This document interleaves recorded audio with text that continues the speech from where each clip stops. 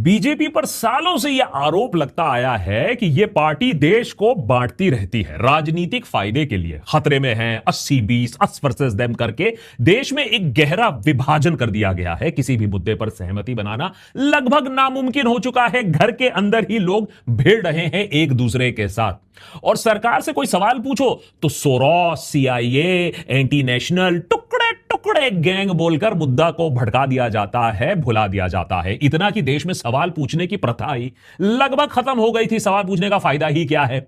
लेकिन 2026 में जब छात्रों ने अपनी आवाज उठाई पेपर लीक के मुद्दे पे, तो लगता है मोदी जी ने सोचा आज कुछ तूफानी करते हैं। और फिर सरकार का जो रवैया था उसको देखने के बाद देश के युवाओं में एक आवाज गूंजी, अबे एडिटर ऐसे काम मत कर यार, दिल्ली पुलिस के पास ले जाऊंगा, सीधा जंतर मंतर ले जाऊंगा, अच्छे से पुलिस खातिरदारी करेगी। देश भर में एक ही सुर सुनने को मिला, मिले सुर में एक ही राग का आलाप हो रहा था पूरे देश में।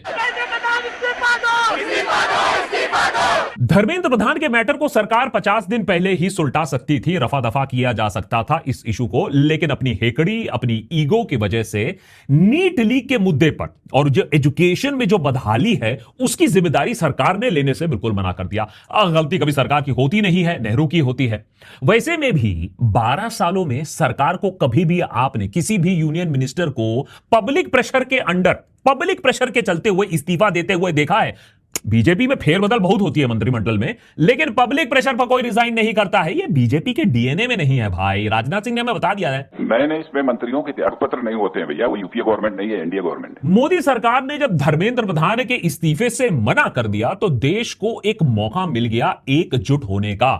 धर्म, जाति, पार्टी, आइडियोलॉजी का मुद्दा फॉर वंस पीछे हटा और लगभग पूरा देश, जी हां, मैं भक्तगण और बीजेपी समर्थक की भी बात कर रहा हूं, लगभग पूरा देश इस बात पर सहमत हो गया कि भारत की एजुकेशन सिस्टम की लगी पड़ी हुई है। सिर्फ पेपर लीक की बात यहां नहीं है, पूरा सिस्टम सड़ चुका है और कहीं ना कहीं सरकार को अकाउंटेबिलिटी लेनी होगी। अरे दिखावट के लिए सही, कहीं ना कहीं तो स्टार्टिंग करनी होगी, तो उसके लिए प्रधान को जाना चाहिए। कोई बड़ी बात नहीं है, करो रिजाइन। अब मोदी पुलिस ने भी बहुत कोशिश की धर्मेंद्र प्रधान को बचाने के लिए। कॉकरोच जनता पार्टी को जान से मारने की कम से कम 3 बार कोशिश की गई।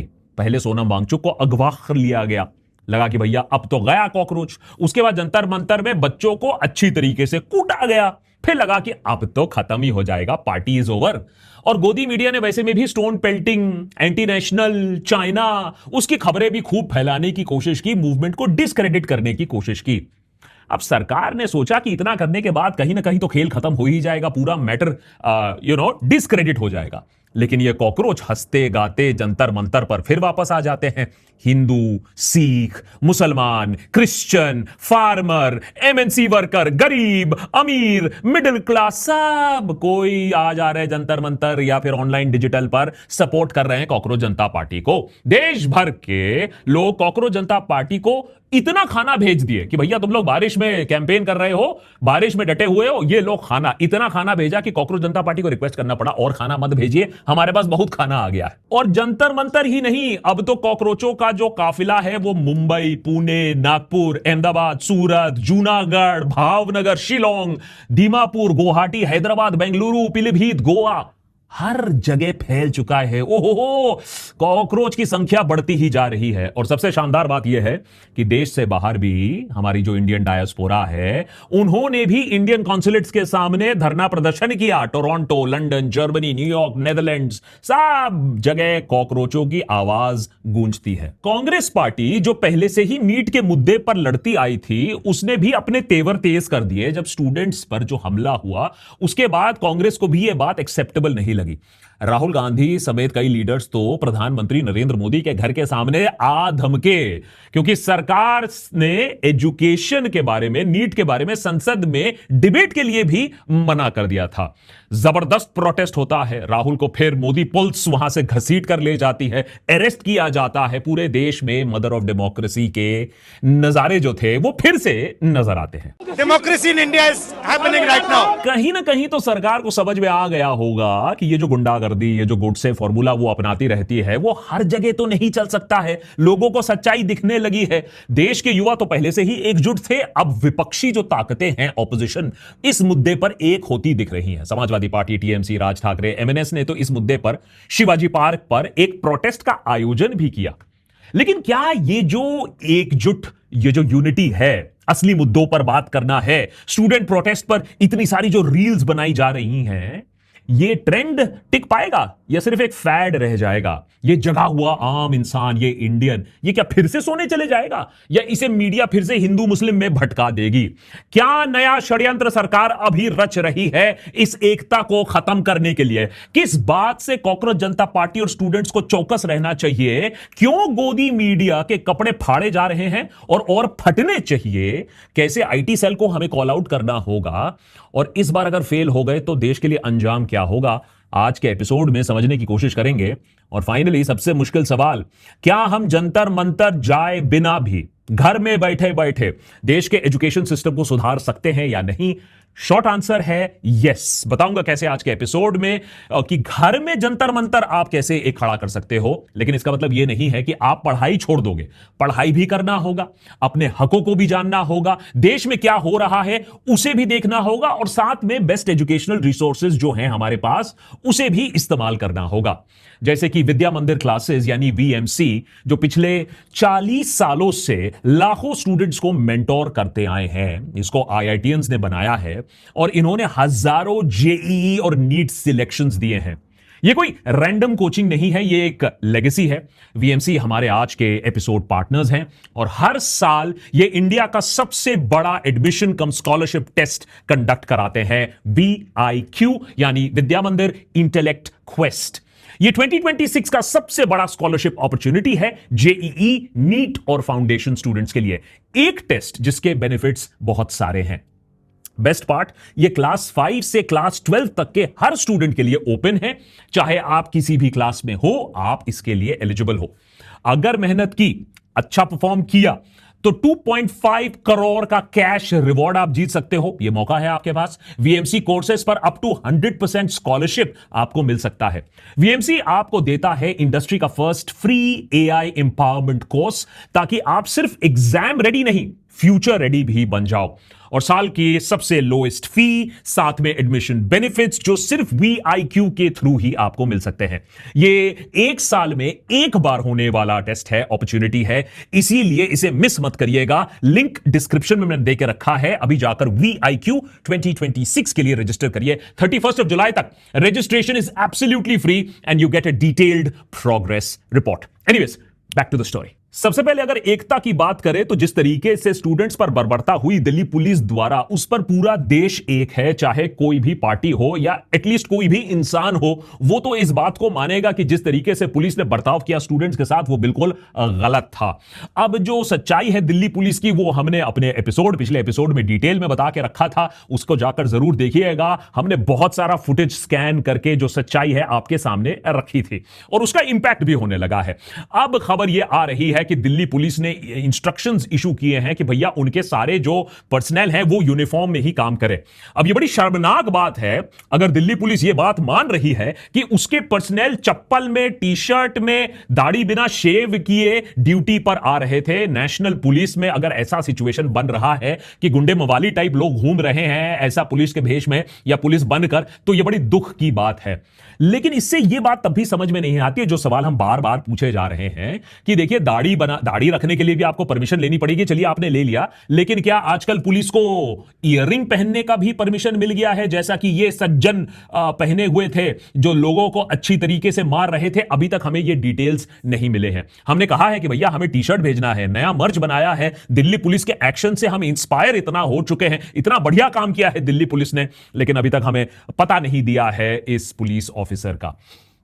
द हिंदू ने रिपोर्ट किया है कि शायद पहली बार हमारे राजधानी में पेलेट गन का इस्तेमाल किया। पेलेट गन जो मणिपुर में इस्तेमाल हो चुका है, जो कश्मीर में इस्तेमाल हो चुका है, अब उसका आगमन हमारे नेशनल कैपिटल में भी हो चुका है। दिल्ली पुलिस ने इसको काउंटर भी किया। दिल्ली पुलिस ने कहा कि हमने कभी भी पेलेट गन का इस्तेमाल नहीं किया, हमारे पास पेलेट गन है भी नहीं।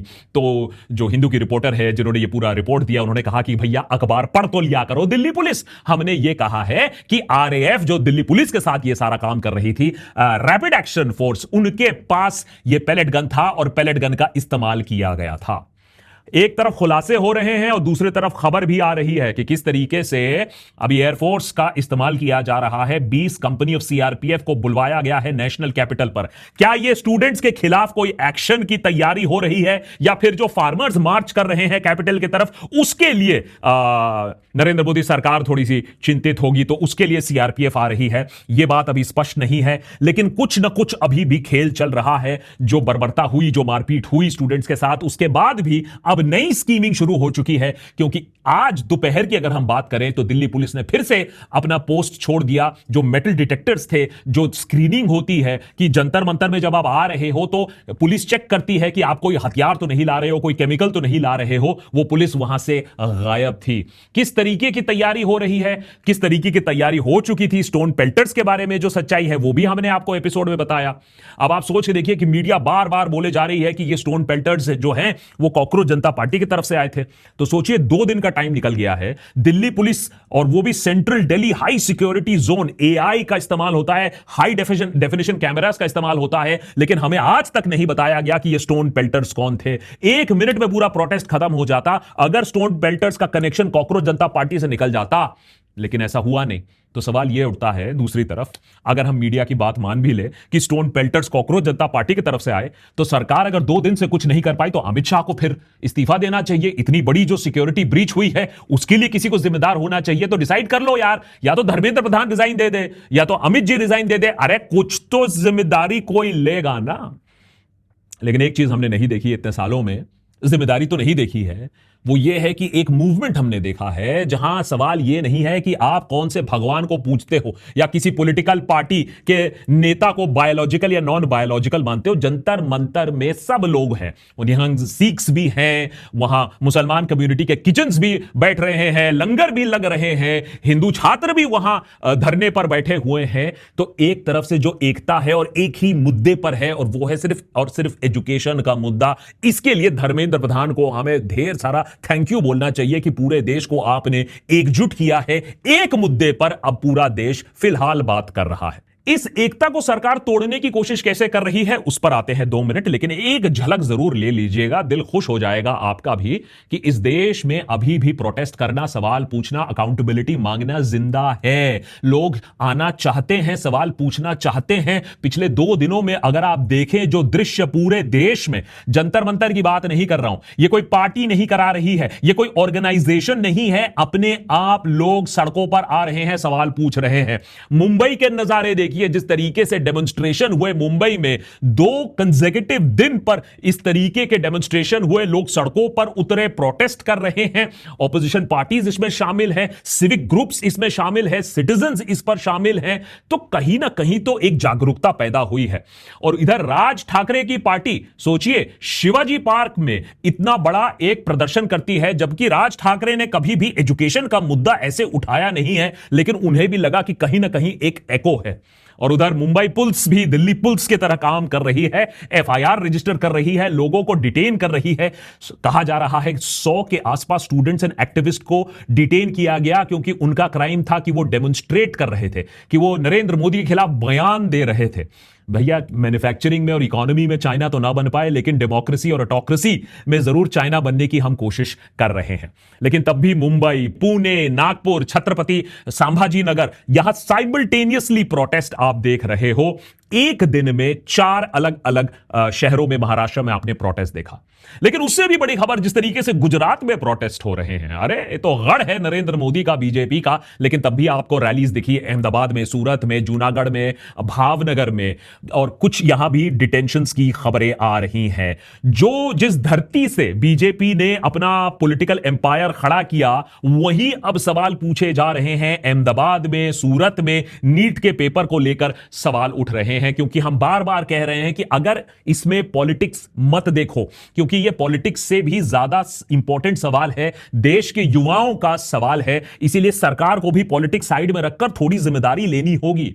और कॉकरोचों की गूंज नॉर्थ ईस्ट तक भी पहुंच गई है। अरुणाचल प्रदेश में हमने देखा किस तरीके से प्रोटेस्ट हुए हैं, आसाम में हमने देखा किस तरीके के प्रोटेस्ट हुए हैं, गुवाहाटी में प्रोटेस्ट हुए हैं, अलग अलग जगह पर प्रोटेस्ट हुए हैं एजुकेशनल रिफॉर्म्स मांगते हुए। लेकिन सरकार का रवैया बीजेपी का वहां भी वही है। 2 आर्टिस्ट को डिटेन कर लिया। उनका क्राइम क्या था? नहीं, कोई आगजनी नहीं की थी। उन्होंने एक म्यूरियल बना दिया था, एक आर्टवर्क बना दिया था वांगचुक जी का फ्लाईओवर के नीचे पिलर पर। उनका क्राइम यह था कि उन्होंने एक बहुत बेहतरीन आर्टवर्क बना दिया, लेकिन उस पर लिखा सेव सोनम वांगचुक। अब ये तो एंटी नेशनल काम है ही, आप जानते हो।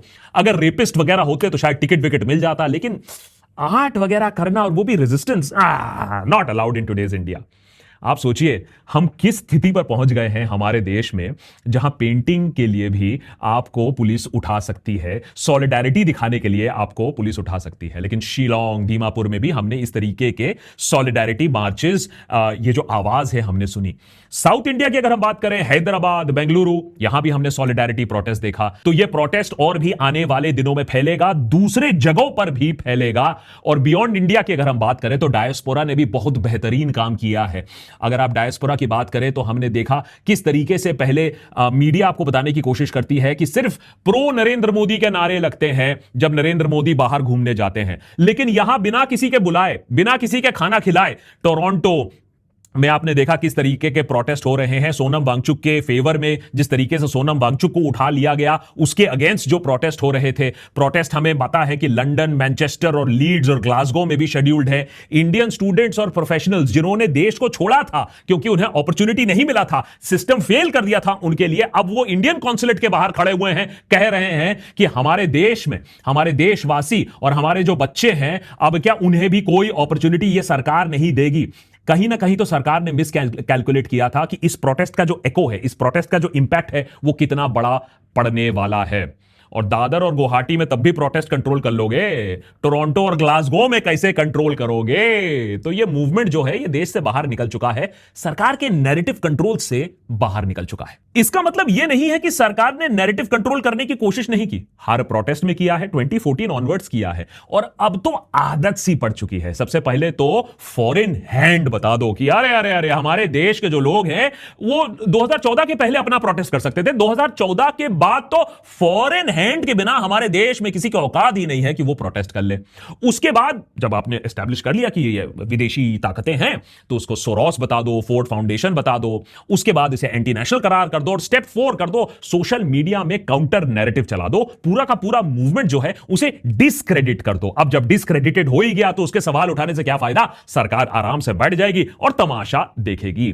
लेकिन इस बार क्या हुआ, बिकॉज डिजिटल इंडिया भी है, जिस तरीके से पुलिस ने बर्बरता की, जिस तरीके से मारपीट हुई है, तो वो सिलेक्टिव रिपोर्टिंग, इससे पहले कि सरकार बोले, ये बड़ी बड़ी तस्वीरें छप गई फॉरेन अखबारों में। अब सरकार कह रही है नहीं नहीं, ये सब जो रॉयटर्स है, गार्जियन है, वॉल स्ट्रीट जर्नल है, न्यूयॉर्क टाइम्स है, सब रेडिकल है, प्रोवोकेटिव है, देश के खिलाफ काम कर रहे हैं, देश से नफरत करते हैं। मेरा एक ही सवाल है यार, 2014 से पहले तो सब हमें इतना प्यार करते थे, ये 2014 के बाद क्या हो गया, दुनिया को सब हमसे नफरत करते हैं।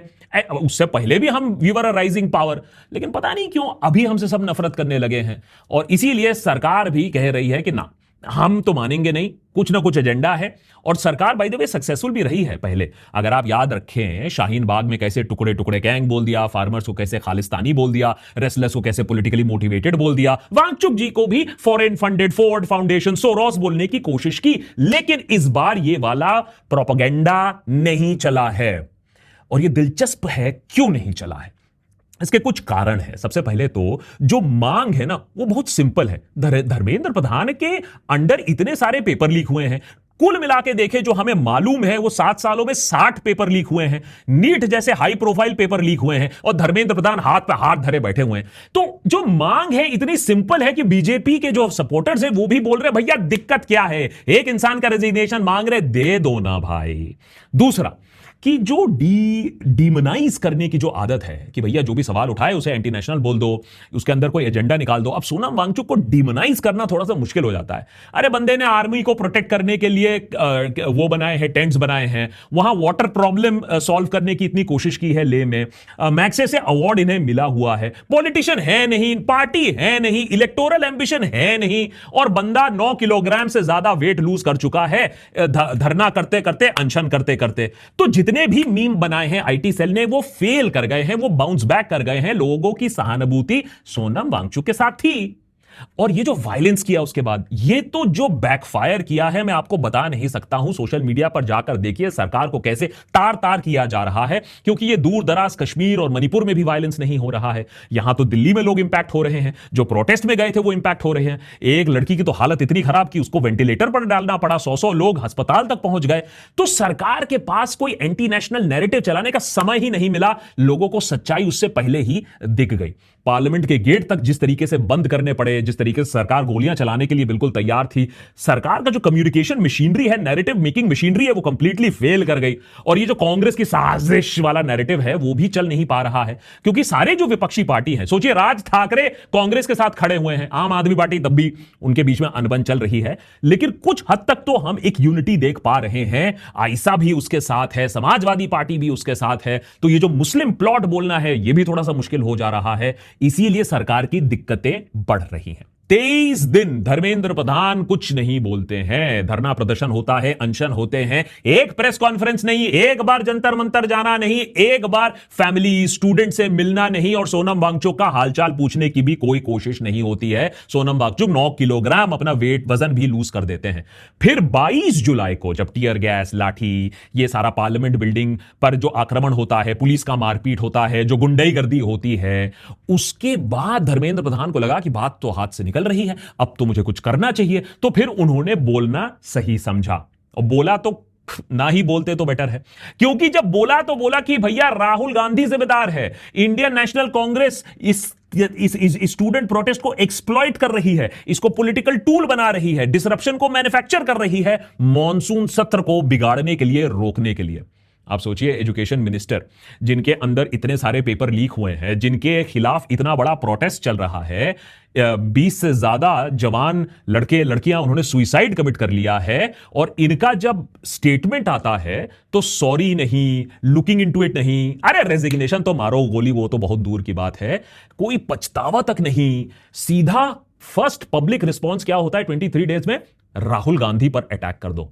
तो ये देखकर भी कहीं ना कहीं तो लोगों में और भी ज्यादा गुस्सा ही है कि इस इंसान को पॉलिटिक्स छोड़कर, ब्लेम गेम खेलने से छोड़कर, इस सिचुएशन को एक्सप्लॉइट करने से छोड़कर कुछ नहीं आता है। सिर्फ राहुल गांधी, सिर्फ पॉलिटिक्स और सिर्फ डिफ्लेक्शन। इसके चलते धर्मेंद्र प्रधान पर जो गुस्सा है स्टूडेंट्स का, अब वो और भी बढ़ रहा है। एक तरफ कंप्लीट एरोगेंस है, दूसरी तरफ इनसेंसिटिविटी भी है, और इसीलिए आप देख रहे हो स्टूडेंट गुस्सा तो है ही, उसी के साथ साथ ऑपोजिशन यूनिटी भी बढ़ रही है। इसीलिए आप देखोगे बहुत ज्यादा एक्टिव अब हो रहे हैं राहुल गांधी, प्रियंका गांधी, कांग्रेस प्रेसिडेंट खड़गे साहब, अखिलेश यादव समाजवादी पार्टी से, अरविंद केजरीवाल, मनीष सिसोदिया, आतिशी, ममता बनर्जी टीएमसी से, Mahua Moitra, Omar Abdullah, chief minister Jammu and Kashmir, auto rickshaw से आए जंतर मंतर अपनी सॉलिडारिटी दिखाने के लिए। उधर चंद्रशेखर आजाद भीम आर्मी से भी, सीपीआई, सीपीएम, उधर उद्धव ठाकरे भी आते हैं जंतर मंतर, संयुक्त किसान मोर्चा वो अपनी डेलीगेशन भेज रही होती है, फार्मर यूनियंस भी आना शुरू कर देते हैं। 21 जुलाई कांग्रेस और समाजवादी पार्टी एक और स्टेप लेते हैं। कांग्रेस लीडर राहुल गांधी, प्रियंका गांधी, अखिलेश और ये और भी दूसरे लीडर्स स्पॉन्टेनियसली डिसाइड करते हैं कि हम प्रधानमंत्री के रेजिडेंस पर जाकर धावा बोल देंगे। ये इसलिए क्योंकि सरकार ने उस समय परमिशन नहीं दिया, हम नहीं डिस्कस करेंगे नीट लीक को संसद में। तो इसके बाद दिल्ली पुलिस को खबर शायद नहीं लगती है, राहुल गांधी पहुंच जाते हैं प्रधानमंत्री के घर के सामने और वहीं बैठ जाते हैं। पुलिस एकदम हिल जाती है, एमिसरी भेजा जाता है, जितेंद्र सिंह को भेजा जाता है सरकार की तरफ से कि नहीं नहीं राहुल जी यहां मत बैठिए, यहां से उठिए। लेकिन ये ड्रामा कंटिन्यू होता है, ये हाई सिक्योरिटी जोन है, प्रधानमंत्री के घर के सामने किसी को बैठने की इजाजत नहीं दी जाती है। उसके बाद सरकार को फोर्स यूज करना पड़ता है। आपने शायद ये स्लोगन अभी भी सुना होगा, जब जब मोदी डरता है पुलिस को आगे करता है। तो कहीं ना कहीं नरेंद्र मोदी भी अपने आप को कॉर्नर्ड फील कर रहे थे, ये तो अपने घर से ही बाहर नहीं निकल पाएंगे इस तरीके से, और इसीलिए पुलिस को इंस्ट्रक्शन दिया गया कि राहुल गांधी को वहां घसीट कर वहां से बाहर निकाल दिया जाए। अब आप सोचिए, दिल्ली के रस्तों में इस तरीके से राहुल गांधी को घसीटा जाता है, बस में ठूसा जाता है। एक पिक्चर में यह भी दिखता है कि उनके चेहरे पर कहीं ना कहीं खून का एक निशान भी हमें दिखता है। लेकिन आप सोच के देखिए, चाहे वो स्टूडेंट हो या लीडर ऑफ ऑपोजिशन हो, एक ही हालत करके रखी है दिल्ली पुलिस ने कि आप सवाल नहीं पूछ सकते हो सुप्रीम लीडर से, और वही चीज चले जा रही है जिस तरीके से हम देख रहे हैं पिछले कुछ दिनों से। लेकिन मजे की बात यह है कि यह कोई कैरिज्मेटिक लीडर की वजह से नहीं हो रहा है। जो मुद्दा है एजुकेशन का, मुद्दा है धर्मेंद्र प्रधान के रेजिग्नेशन का, और उसके वजह से चाहे वो राहुल गांधी हो या चाहे वो दीपके हो जंतर मंतर पर, सब एक चीज पर काम कर रहे हैं, एक चीज पर जवाब मांग रहे हैं। उसके लिए तो धर्मेंद्र प्रधान को थैंक यू बोलना बनता है। फाइनली इस बात पर आते हैं कि इस एकता को हम मेंटेन कैसे कर सकते हैं, क्योंकि सरकार पूरी कोशिश कर रही है इस एकता को भंग करने के लिए, मिस इंफॉर्मेशन कैंपेन चलाने के लिए, प्रोटेस्टर्स को डिस्क्रेडिट करने के लिए। तो सबसे पहला काम, और यह भी सारे काम जंतर मंतर में जाए बिना आप कर सकते हो, देश के किसी कोने में बैठ के कर सकते हो, बाहर से भी कर सकते हो, अगर आपको अपने देश के बारे में परवाह है। सबसे पहले गोदी मीडिया को कॉल आउट करो। सुनिए रिपब्लिक टीवी क्या ब्रॉडकास्ट कर रही है अपने बुलेटिन में, कि एजेंडा क्या है इस प्रोटेस्ट का। कॉकरोच छाप साजिश के पीछे चीनी कनेक्शन सामने आया। दावा है कि भारत में तख्ता पलट की साजिश चीन ने रची। अरे और नॉब और रिपब्लिक टीवी डिसाइड कर लो पहले तो, या तो चाइना है, क्योंकि कुछ न्यूज चैनल कह रहे हैं, एनडीटीवी टाइप लोग कह रहे हैं कि चाइना पाकिस्तान का एंगल है, आप कह रहे हो चाइना का एंगल है, परसों अमेरिका का एंगल हो जाएगा। डिसाइड कर लो यार आपस में, ऊपर से ऑर्डर ले लो कि कौन से देश का एंगल है सबसे पहले। दूसरी बात यह है कि अगर चाइना का एंगल है या पाकिस्तान का एंगल है, तो क्या आप अमित शाह की रेजिग्नेशन की मांग कर रहे हो? क्योंकि लग तो ऐसे ही रहा है आपकी बातों से सुनकर। क्योंकि आप सोचिए कि चाइना का अगर एंगल है, हमारे देश के बीचों बीच जंतर मंतर में इतना बड़ा प्रोटेस्ट होता है, इतने दिनों से प्रोटेस्ट होता है, और होम मिनिस्ट्री और होम मिनिस्टर कुछ कर नहीं पाता है, तो इसकी इसकी रिस्पॉन्सिबिलिटी लेते हुए तो अमित शाह को रिजाइन करना चाहिए। तो भाई या तो आप धर्मेंद्र प्रधान का रेजिग्नेशन करवाओ, या तो अमित शाह का रेजिग्नेशन करवाओ। इतना बड़ा सिक्योरिटी गूफ अप, आप सोच सकते हो कि अगर चाइना की वजह से इतना बड़ा प्रोटेस्ट हो रहा है हमारे देश में, फिर तो हमारा देश बिक चुका है ऑलरेडी। उसके बाद टाइम्स नाउ के रिपोर्टर को अनफॉर्चुनेटली असॉल्ट कर दिया गया। बहुत बुरी बात है, देखिए कितनी बुरी तरीके से उनके साथ व्यवहार किया गया। गोदी मीडिया हाय हाय चिल्लाना शुरू कर दिया, मोबाइल घड़ी चश्मा सब चीज लिया। कुछ दिन पहले तक की बात होती तो मैं भी इसकी कड़ी निंदा करता और मैं कॉकरोच जनता पार्टी से इसका जवाब मांगता, लेकिन अब मुझे समझ में आ रहा है कि वहां जो जनता है उसको कंट्रोल आप नहीं कर सकते हो, क्योंकि वो दिन रात ये जहर देखते आए हैं, वो दिन रात ये देखते आए हैं कि ये वाला न्यूज चैनल क्या करता है। देखिए नाविका कुमार इंटरव्यू कर रही है मनोज मुंतशिर। अगर आप जानते नहीं हो, ये वही कमीना इंसान है जिसने भगवान हनुमान का अपमान किया था, तेल तेरे बाप का टाइप टपोरी लाइंस हमारे हनुमान भगवान के मुंह में डाले थे, जिसके वजह से आदि पुरुष फ्लॉप हो गई थी। यह इंसान हमें बता रहा है कि धर्म का अपमान हो रहा है जंतर मंतर में। मैं कभी जंतर मंतर नहीं जाऊंगा, बड़ी जिम्मेदारी से इनको मैं देशद्रोही कह रहा हूं। हमारे प्रभु श्री राम को सीता का पति इतना डेरोगेटरी। माने आप कह रहे हो कि ये टेररिस्ट हैं, और फिर आप टेररिस्ट के जोन में जा रहे हो, और आप सोच रहे हो कि आपके रिपोर्टर की आरती उतारी जाएगी। कहीं ना कहीं तो मेन स्ट्रीम मीडिया को समझना पड़ेगा कि इनके जो एडिटर्स हैं और इनकी जो भाषा है और इनका जो फेक न्यूज फैलाना है, उसका खामियाजा कहीं ना कहीं तो किसी को भुगतना पड़ेगा। मेरा तो रिक्वेस्ट है इन रिपोर्टर से कि जलील इस तरीके से मत हो, छोड़ दो ऐसी नौकरी। मैं भी काम किया करता था मेन स्ट्रीम में, मैं भी टाइम्स नाउ में काम किया करता था।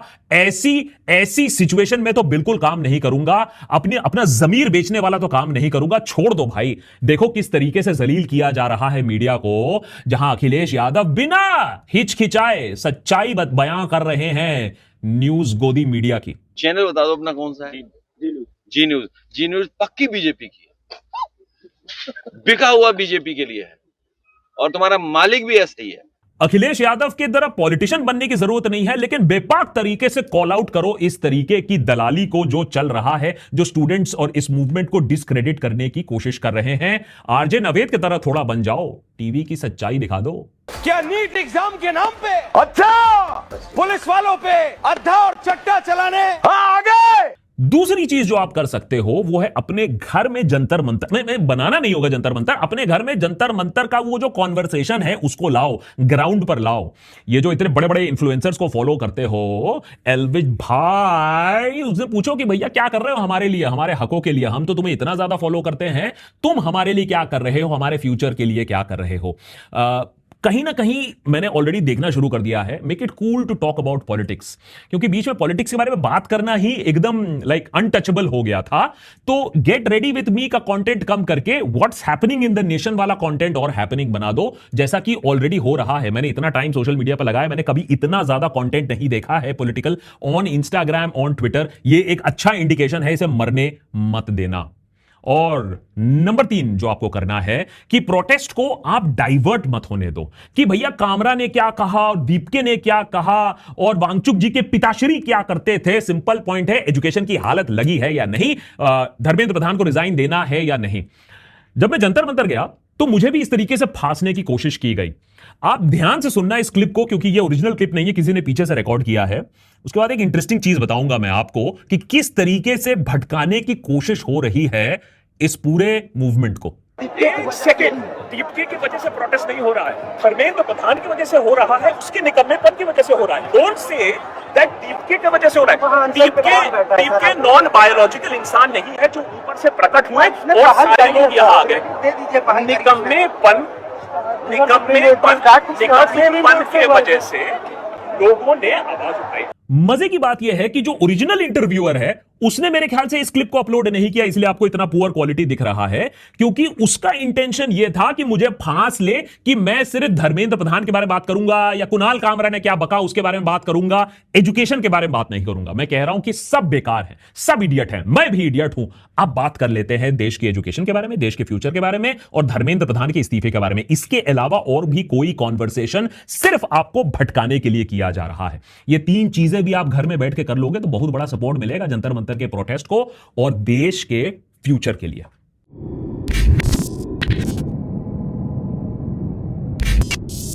Many thanks to VMC for making this detailed episode possible. देश के बारे में जानिए, एजुकेशन सिस्टम के बारे में जानिए और जहां तक हो अपनी पढ़ाई को भी अच्छे से करिए। जो भी हमारे पास रिसोर्सेज हैं उसका इस्तेमाल करिए। VMC का लिंक मैंने देके रखा है, जाकर स्टडी करिए। Why this can be a great opportunity for you as well. Many thanks for watching. More episodes coming up.